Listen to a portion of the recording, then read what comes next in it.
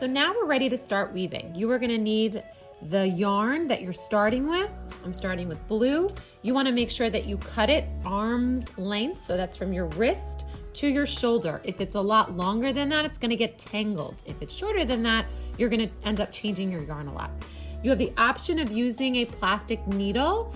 It is not sharp. It is called a blunt needle because it's more rounded. And this is the eye of the needle that's pretty big for weaving. Now, you cannot take these out of the classroom. However, you can have your own at home if you want, and in your class, you can just weave with your fingers. Now, to get the yarn through the hole, we just pinch it, and you just want to put a little bit through.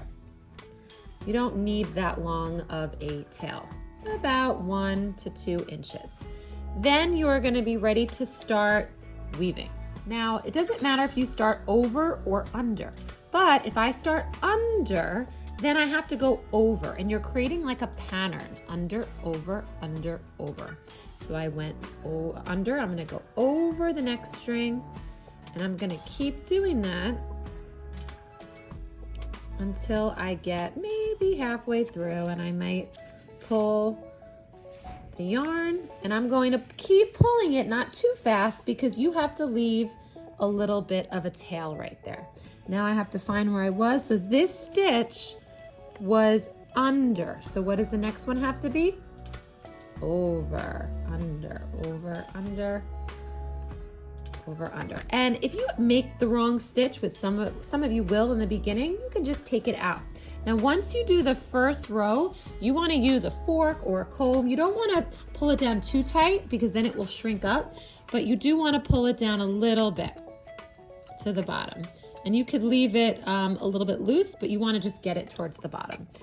Now, if I was to weave this way, I would be making a tapestry weaving, which is where you only weave on one side. That would be more of like a little coaster if I wanted to make. But we're weaving a pouch, so we are going to have to turn over our weaving, and then we have to go the other way. Now, some of you might get confused by your taped piece of string. Just pretend that's not there.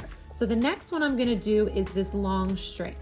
Now, this one I'm going to go over and then under, over, under, and I'm just going to repeat what I did before, maybe halfway, pull the string with the yarn, and now I have to look carefully at my stitch. That was under, so this has to be over, under.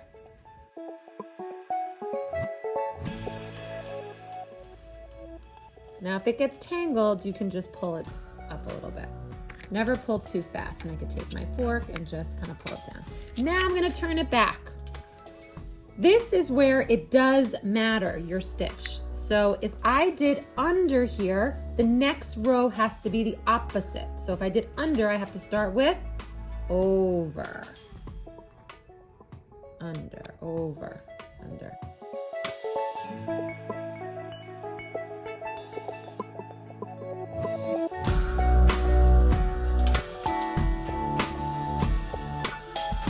You're doing it the right way. If you take a look, you'll see that one's under, one's over. So they kind of create an interlocking design that you can see right here. So if you're not sure, just check with me before you move on, because this is all you're going to be doing until we switch yarn. It's basically the same thing over and over again.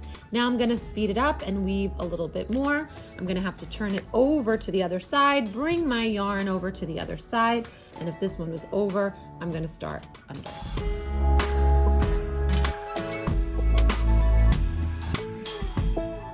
Once you're ready to change colors or you run out of yarn, one of those two things will happen, and you'll have to get more yarn and attach the yarn. Then you are going to take it off the needle. I'm ready for orange, so I have extra blue, but I'm gonna have to get some orange now.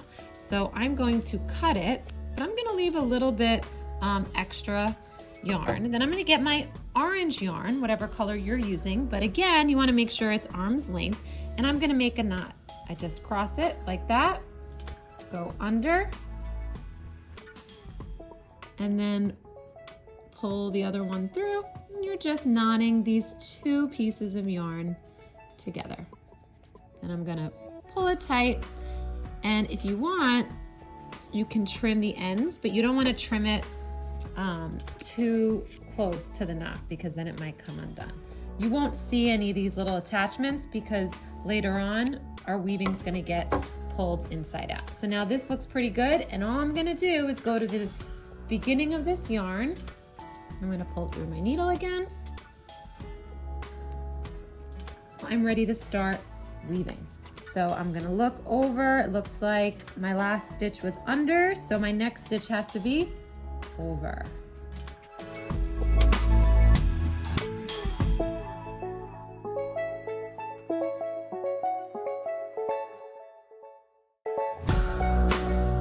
So that's all you're gonna be doing. Every time you need more yarn or a different color, you just cut it, tie a knot, and attach it.